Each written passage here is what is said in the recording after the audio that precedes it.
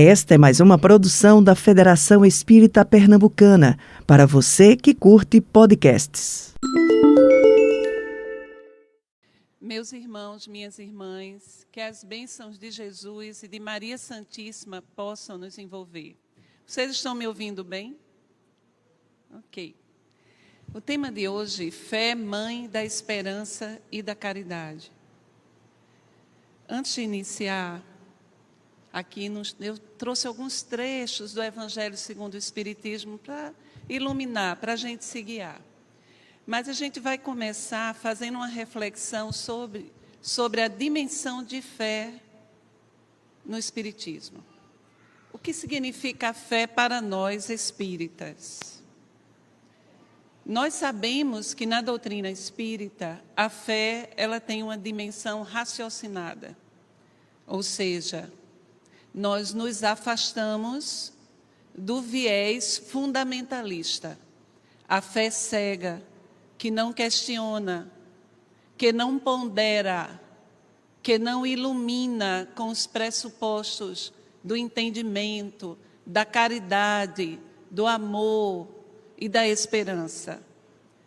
A fé em si, na perspectiva espírita, ela precisa ser sustentada por valores, por princípios que nos afastem da experiência de fé secular, que muitas vezes, em nome da fé, trucidou seres humanos, comunidades, homens, mulheres, crianças e velhos. Uma fé cega, não iluminada pelo amor, promoveu muita carnificina ao longo da história da humanidade.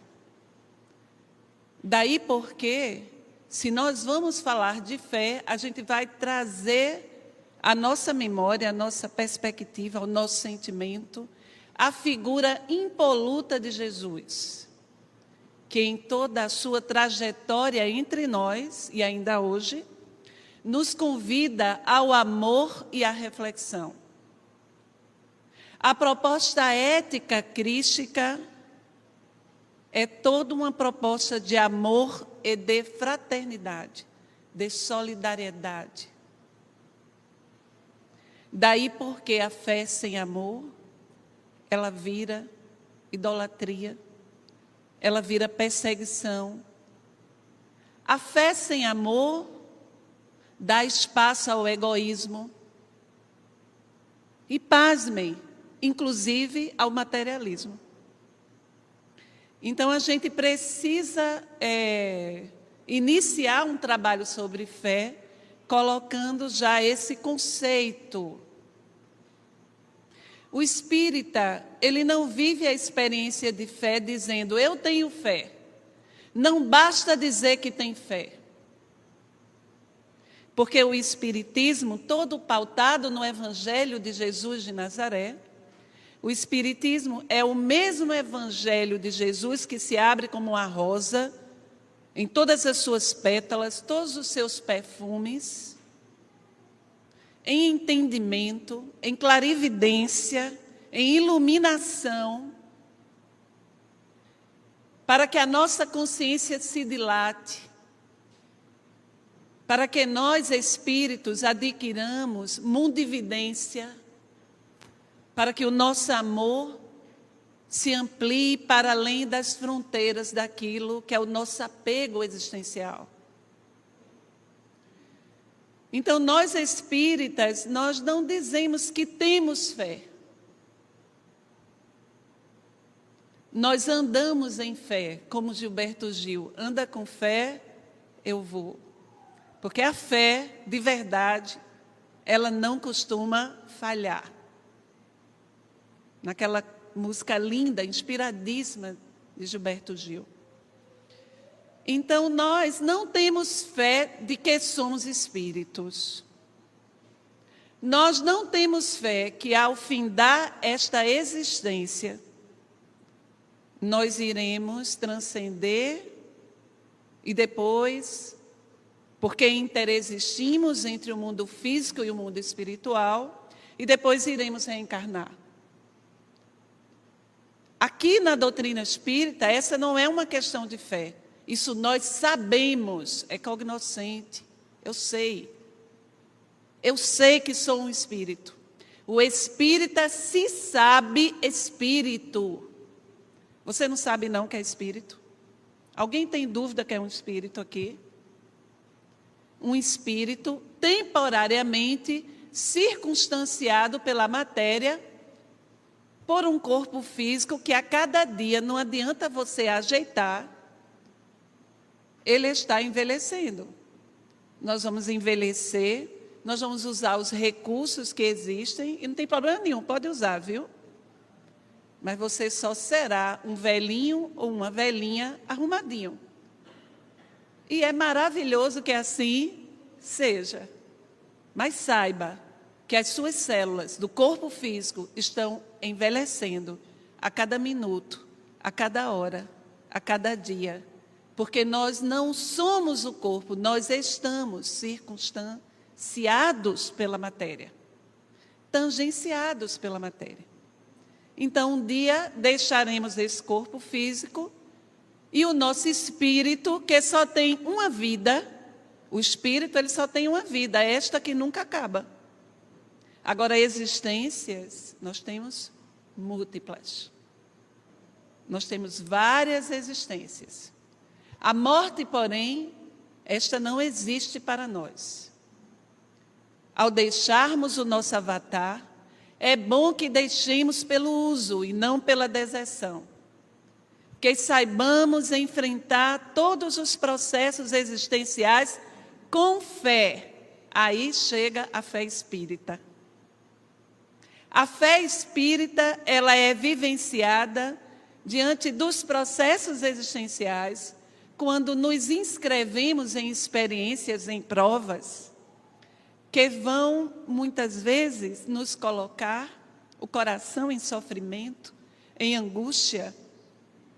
Quantas vezes nós já conversamos com espíritos que deserdaram da existência, ainda estamos no Setembro Amarelo, devido à profunda angústia, a dor da depressão, por exemplo, que é uma dor da alma. A depressão é uma dor da alma, é a alma que sangra.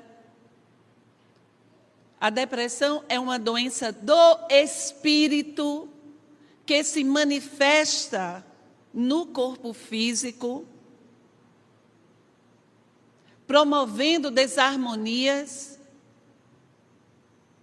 na interação neuroquímica entre os neurotransmissores, fazendo, via de consequência, que a pessoa acometida por esta doença, ela não produza hormônios que ajudam a sensação de bem-estar, como a serotonina, a dopamina, a noradrenalina, e tantos hormônios que nos ajudam a viver.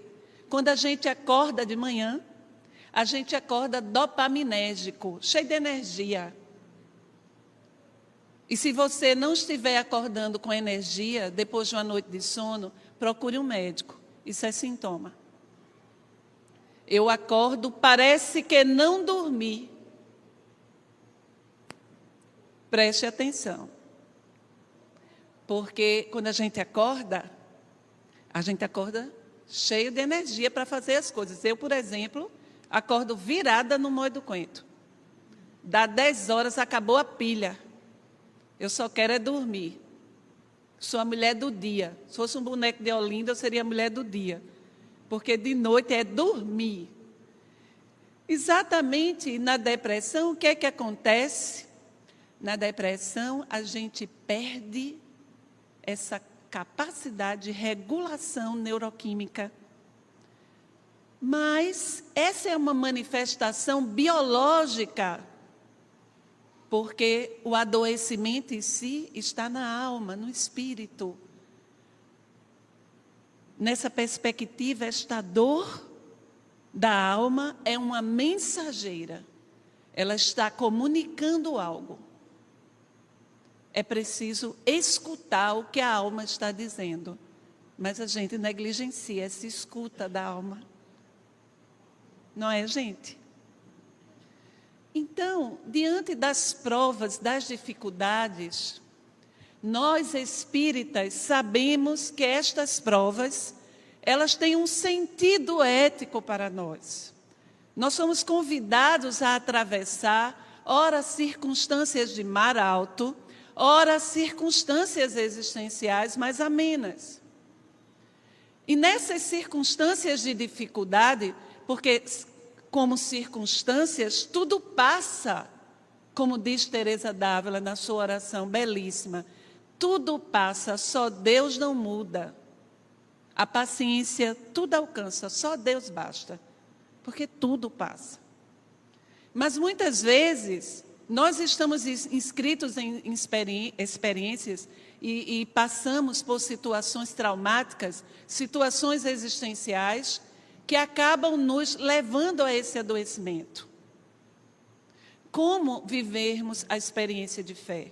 A experiência de fé espírita que nos esclarece que tudo é transitório, que tudo tem um sentido moral, um sentido ético ao despertamento do nosso espírito, faz com que a gente atravesse o processo de dor com mais elegância, com fé de que não estamos desamparados.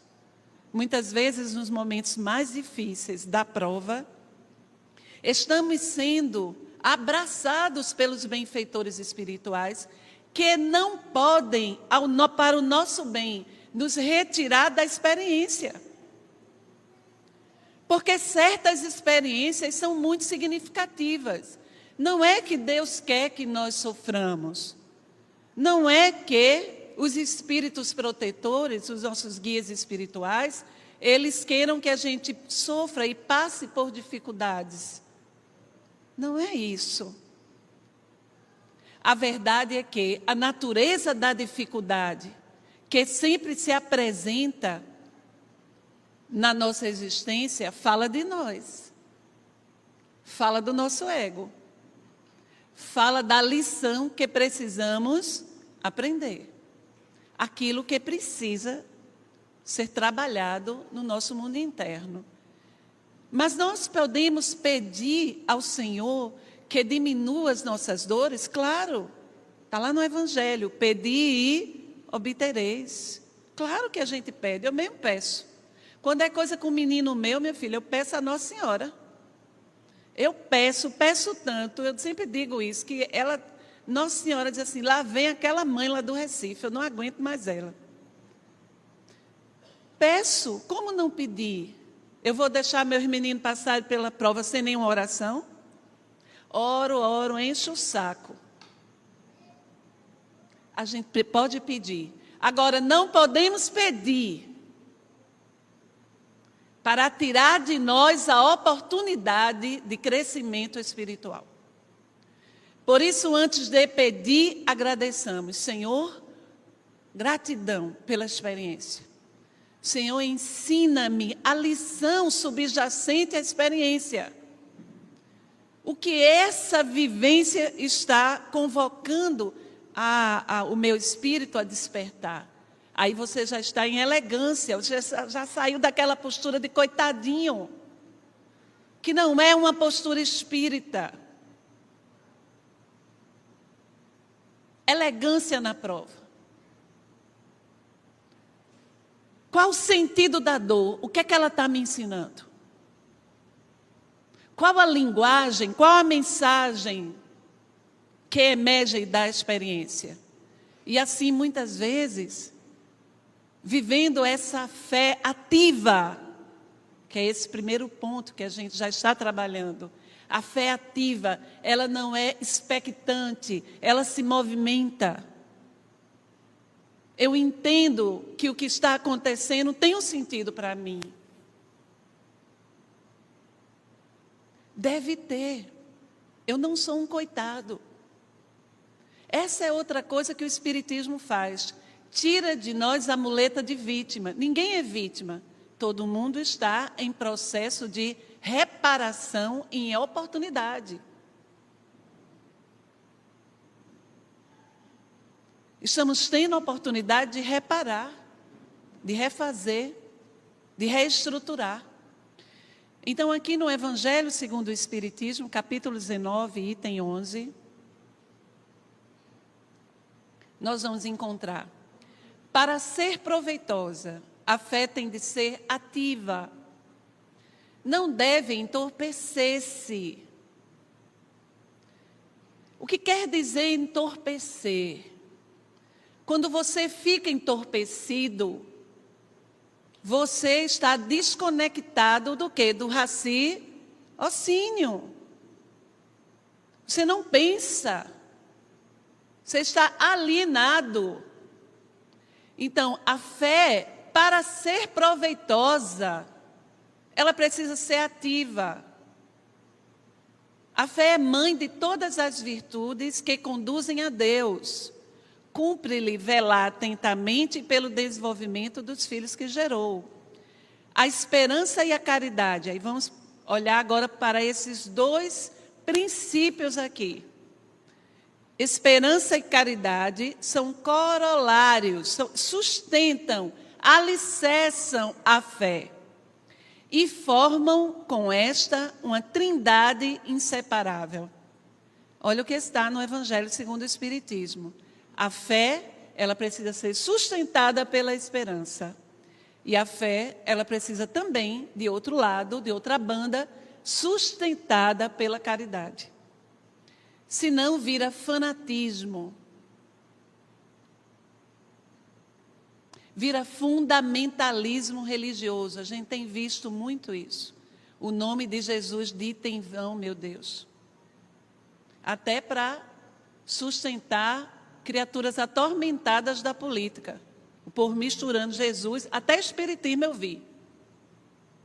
Por favor, não misturem o espiritismo com nenhuma personalidade atormentada dos nossos dias. Faça o favor, viu? Siga o exemplo de Chico.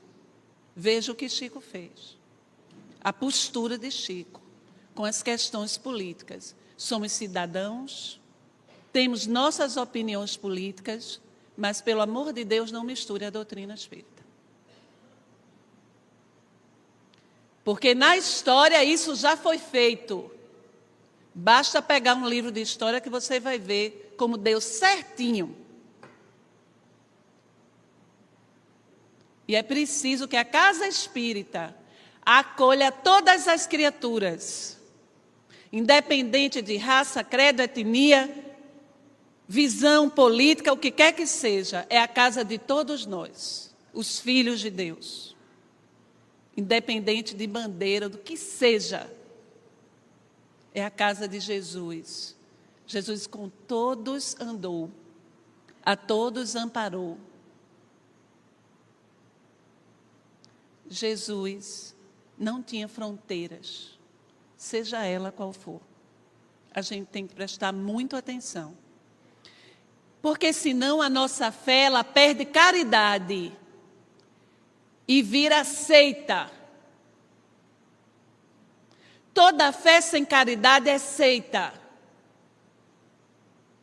E essa experiência a gente já viveu nos primórdios. Quando ainda pertencíamos às tribos. É uma perspectiva tribal. E Jung dizia, Jung, que é o pai da psicologia analítica, ele dizia que a criatura, o ser humano primitivo, que tem o ego ainda infantil, ele busca o inimigo. O mal está no inimigo. Ele projeta o mal no inimigo. Mas quando a criatura passa a avançar moralmente, a se conectar com o seu si profundo, com o seu self, que é o eu interior, ou, na doutrina espírita, o espírito, onde está inscrita a lei de Deus, questão 621, a nossa consciência profunda.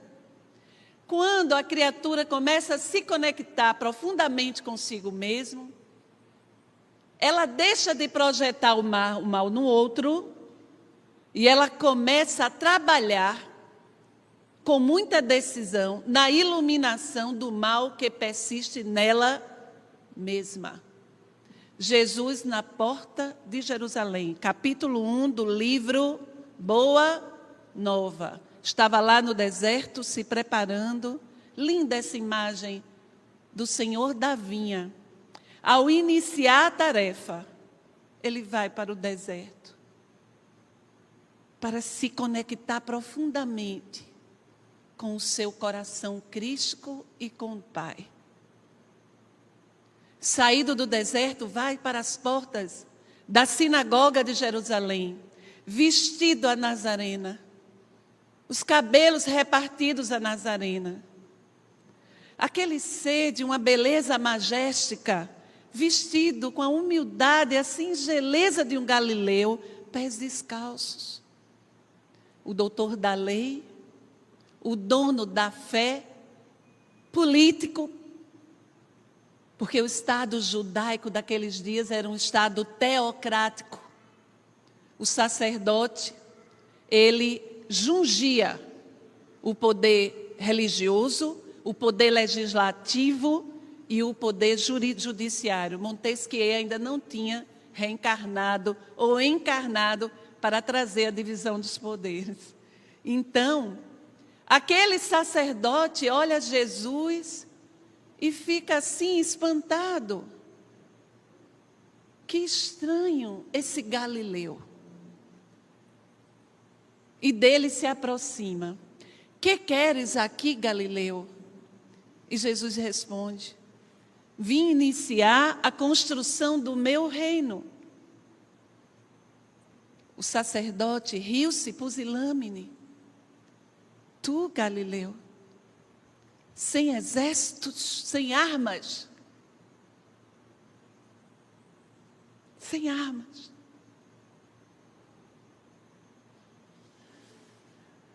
Sem ouro. O meu reino vai ser construído no coração dos homens. Daí porque a proposta crística é toda uma revolução ao nosso mundo íntimo. Já faz muito tempo que você se diz cristão, e você ainda espírita, e ainda não se sentiu incomodado para consigo mesmo,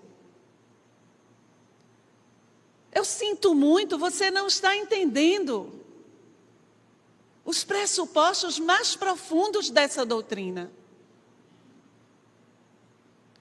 Se ainda não se incomodou com as suas posturas, com as suas escolhas, se não entrou em sofrimento consigo mesmo, ainda está na superfície das coisas. Porque o Espiritismo é para incomodar. Porque não faz muito tempo nós ainda éramos homicidas. Agora a gente só mata com pensamento. Um pensamento, ó, vem aquela ideiazinha, a gente acolhe, depois a gente...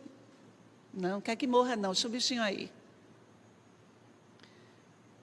Há muita sombra ainda para ser iluminada. Daí porque a nossa fé, ela não pode se desvincular da caridade para que a gente não volte para o instinto tribal, a fé tribal, na qual a gente cria um inimigo, o inimigo está ali, eu tenho que perseguir, destruir este inimigo, para que o que eu acho que é a verdade predomine.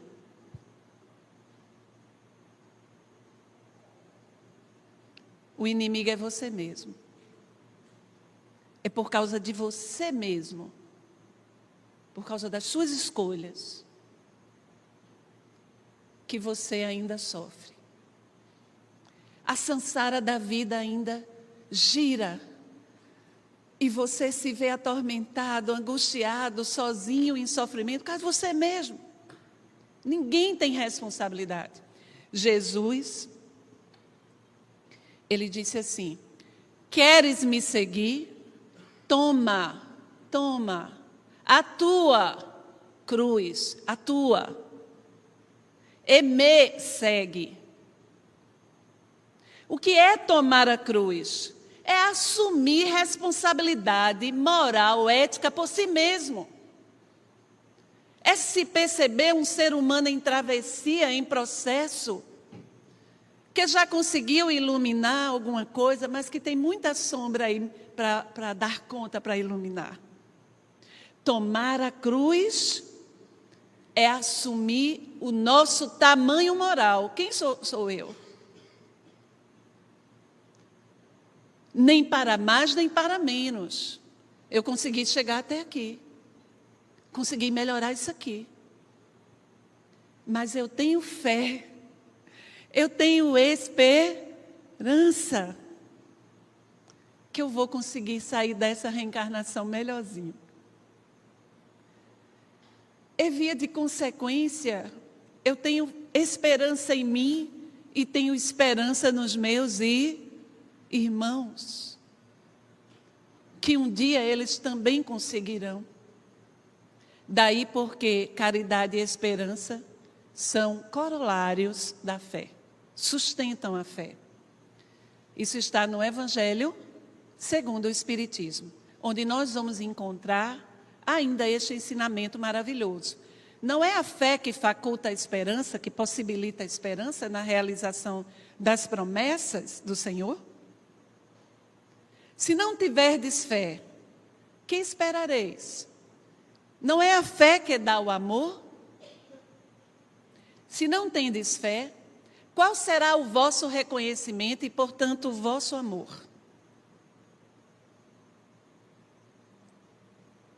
Um dos sintomas da depressão é a falta de fé. Depressão não é tristeza. Tristeza é uma emoção. Se eu estou triste, eu estou sentindo. Na depressão você é um vazio, é um buraco, é uma angústia, é uma dor. Na tristeza, se eu acordo de manhã, eu estou triste. Aconteceu algo que me levou à tristeza. E se aconteceu algo que me leva à tristeza, por favor, me deixe ficar triste. Dá licença, eu posso ficar triste? Porque se aconteceu algo que me entristeceu, como ser humano, eu tenho direito a ficar tristinho, não posso não? Exatamente por aceitar a tristeza como uma emoção que passa, eu posso crescer com a experiência. Eu sinto.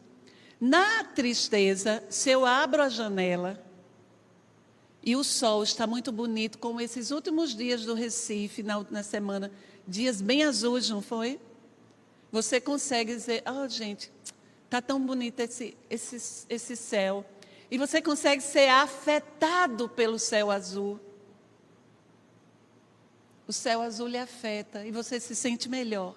Na depressão, não. Pode estar o céu azul, o arco-íris, um vento fresco e girassóis, nada afeta. Porque não há conexão. Há uma dor muito grande na alma que esvazia essa fé. Faz sentido para vocês? Eu estou tomando cuidado de dar esses conselhos por causa do setembro, viu? Porque muitas vezes a gente está adoecendo e a gente não nota. A psique dá vários sinais e a gente não é que a gente não note, a gente não dá credibilidade aos sinais da alma. Então, viver. Como é que nós espíritas, nós vivenciamos a fé? Na vida, no processo existencial. Como a gente estava explicando. Joana de Ângeles, a benfeitora Joana de Ângeles, no livro Viver com Alegria, ela vai dizer assim: a existência física não é uma viagem miraculosa ao país da fantasia, mas é uma experiência de evolução A existência é uma experiência evolutiva. Assinalada quer dizer marcada por processos de refazimentos uns e outros de conquistas inevitáveis. Quando ela fala processos de refazimento, nós precisamos de passar por experiências que são experiências restauradoras. Por exemplo, sexta-feira eu fui para Pipa. Vocês já foram em Pipa? E eu me conectei com a natureza de um jeito, com a beleza, com o pôr do sol. Eu estava em processo de refazimento, porque trabalho doando muito. Então, é preciso receber. A existência tem os momentos de refazimento. E tem os momentos de conquistas inevitáveis, em que você está se doando, você está se dedicando, você está trabalhando. Tome muito cuidado se na sua rotina não há espaço para se refazer. Se o seu repertório de vida é um repertório medíocre, reduzido, isolado, o isolamento é outro sintoma. Quanto mais você se isola, mais a depressão ela toma conta. Então, é preciso ter repertório de vida. Mas que repertório eu posso ter, Nani? A partir daquilo que faz sentido para você. O que é bom para você? O que é que você gosta de fazer? Eu lembro, há alguns meses, uma paciente, depois da pandemia, muitos idosos ficaram adoecidos. Porque muitos tiveram que ficar sozinhos demais, gente. Com razão, porque realmente não podia haver o contato, não é? Mas vamos dizer que alguns estenderam demais, eu não sei. Eu sei que todo esse processo provocou o adoecimento. Então, assim, nós estamos tratando de muitos idosos hoje. Tanto que eu fui buscar estudar algumas coisas da saúde mental do idoso, aprofundar mais os estudos. E a queixa é exatamente depressão, ansiedade, por causa da experiência da pandemia, o que aconteceu. Mas uma paciente, nós perguntamos a ela, depois que ela ficou melhorzinha, que precisou tomar medicação, preste muita atenção. O fármaco, se o médico passar, o médico correto, direitinho, tome. Ele não vai curar, ele vai estabilizar. Porque tanto a ansiedade quanto a depressão são mensagens da alma.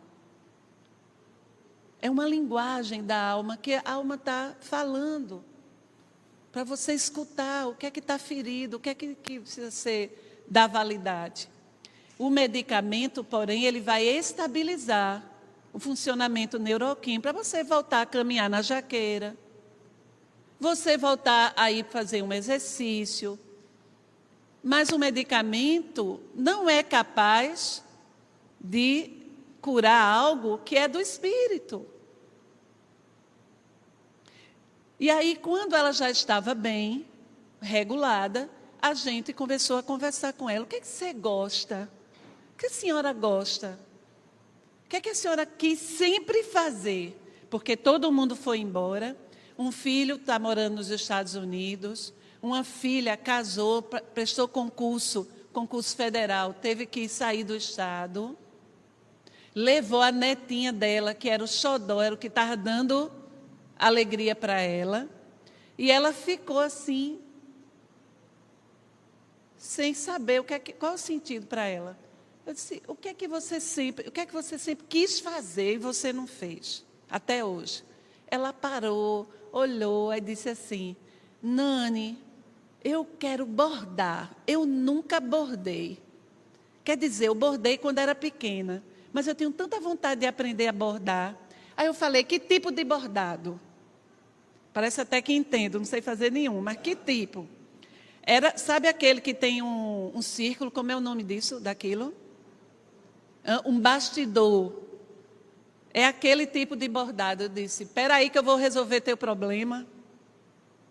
Porque eu tenho uma amiga que ela coordena um grupo de WhatsApp de bordadeira. E eu vou pedir para você entrar. Você quer? Ela disse, quero. Minha filha, ela entrou no grupo, fez amizade. Se encontram 2 vezes por semana. Ela está bordando, minha gente. Foi agora, em agosto, para Minas Gerais, para um encontro de bordadeira. E não quer saber mais nem de neto, quer saber, ama, mas ela está cheia de atividade. Coisas que dão sentido para ela. É disso que a gente está falando. A existência física, ela é esse processo de conquista inevitável. E qual é a conquista nesse exemplo que eu dei? A conquista de aprender a viver com as suas próprias possibilidades, sem dependência emocional. Isso é uma conquista do espírito. Aprender a sentir prazer a partir daquilo que faz sentido para você mesma. Porque envelhecemos não quer dizer que a gente perdeu o direito de viver, de ter amigo. Espera aí, que tomar aguinha. Faz sentido o que eu estou dizendo para vocês? Então, busque o que faz sentido para você. Mas será que eu, com essa idade, eu posso? Quem diz que não pode? Muitas vezes o limite está dentro de nós. Somos nós que colocamos esses limites, essas barreiras. Não é verdade? E aí, a fé. Vamos buscar de novo o Evangelho segundo o Espiritismo. Mas, menino, só falta 10 minutos. Que negócio para passar rápido. Então, vamos lá. Entende-se como fé a confiança que se tem na realização de uma coisa, a certeza de atingir determinado fim. Então, ela entrou no grupo, fez amizade com as bordadeiras, desenvolveu a fé de que seria ela também uma bordadeira. Agora está cheia de amiga e viaja e expõe os seus trabalhos em outros estados. Olha que coisa chique. Não é lindo isso? A fé dá uma espécie de lucidez. Preste atenção nisso aqui, ó. A fé, ela dá uma lucidez que permite se veja em pensamento a meta que se quer alcançar e os meios de chegar lá. Então, a nossa fé espírita, ela é ativa porque ela vai atuar na psicodinâmica do nosso cérebro. A gente vai montar estratégias internas para resolver os problemas. A gente vai buscar soluções, a gente vai se mexer. Quando os 10 leprosos se aproximaram de Jesus, Jesus ensinou sobre isso, porque Jesus é para ser pensado profundamente, não apenas no que ele diz, mas nos seus gestos, nas suas atitudes. Tudo em Jesus é ética e é psicologia profunda, que é a psicologia do Espírito. Então, quando os 10 leprosos se aproximam do Senhor e gritam, Mestre, filho da casa de Davi, tende piedade de nós. Rabone, curai-nos. E Jesus disse, vão até os sacerdotes. E eles foram. À medida que eles iam, o magnetismo crístico ia atuando numa espécie de efeito retardado. À medida que se movimentavam, ou seja, a fé ativa, as carnes iam sendo curadas. Daí porque a fé não deve lhe alienar, como a gente viu lá no primeiro trecho do Evangelho segundo o Espiritismo, do movimento da sua vida. Se movimente. Está com medo? Vá com medo de tudo. Está cansado? Descanse. Mas depois levante e vá.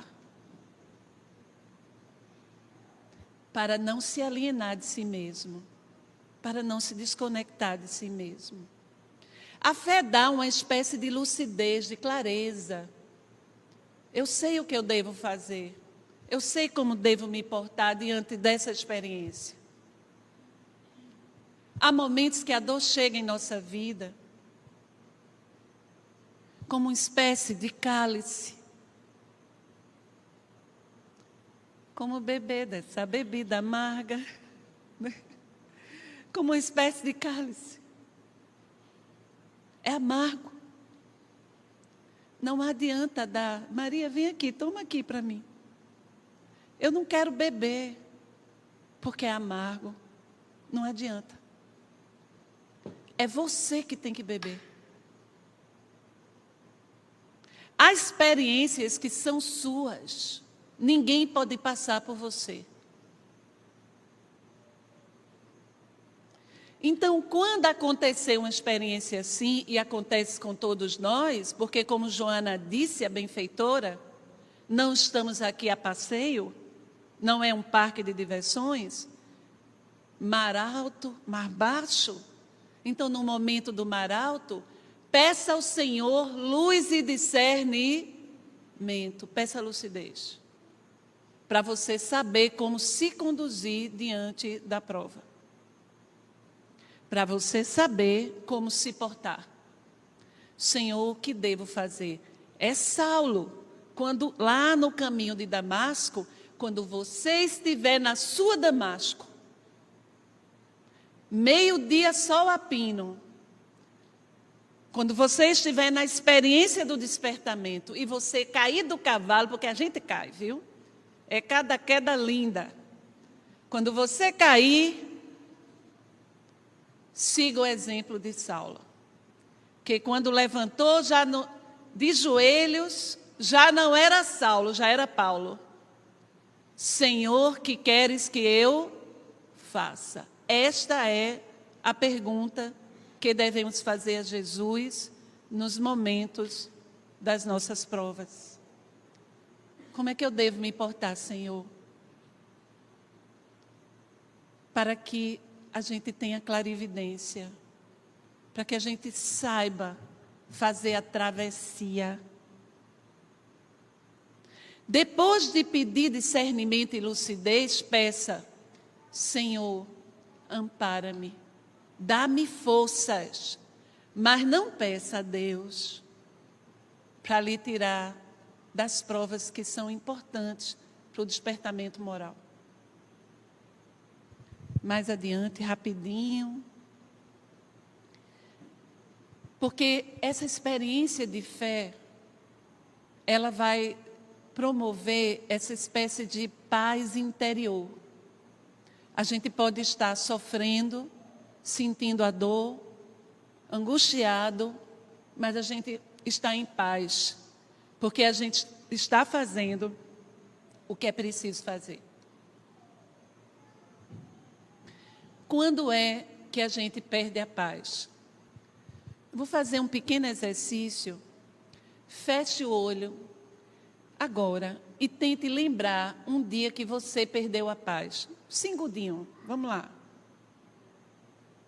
Um dia que você perdeu a paz. Pode abrir. Não precisa dizer não, nem levantar o dedo. Repare se não foi quando você deixou de cumprir um dever. De fazer o que era para fazer. De agir da forma que a sua consciência pedia que fizesse. A gente enlouquece. Então, quando a gente age na fé, quando a gente faz como Gilberto Gil, quando a gente anda com fé, ela não falha. A gente adquire paz para fazer a travessia. Então, paz interior, utilizando-te de uma consciência equânime, aceita as ocorrências positivas e as ocorrências negativas com a mesma naturalidade, sem sofreguidão nem indiferença. Mantém-te interiormente livre, desapegado em qualquer circunstância, adquirindo a ciência verdadeira do viver. Quem diz isso é Joana de Ângeles, no livro Momentos de Meditação, capítulo 6. Eu vou adiantar aqui, que eu quero concluir com esse trechinho de um texto de Rubem Alves, que era filósofo, era teólogo, e ele já desencarnou, deve estar fazendo muitas belezas no mundo espiritual. E era psicanalista também. Rubem Alves, falando sobre esperança, ele diz: hoje não há razões para otimismo? Hoje só é possível ter esperança. Esperança é o oposto de otimismo. Otimismo é quando, sendo primavera do lado de fora, nasce a primavera do lado de dentro. Está tudo lindo aqui fora, então eu fico otimista. Mas a esperança é quando, sendo seca absoluta do lado de fora, continuam as fontes a borbulhar dentro do nosso coração. E ainda assim temos esperança.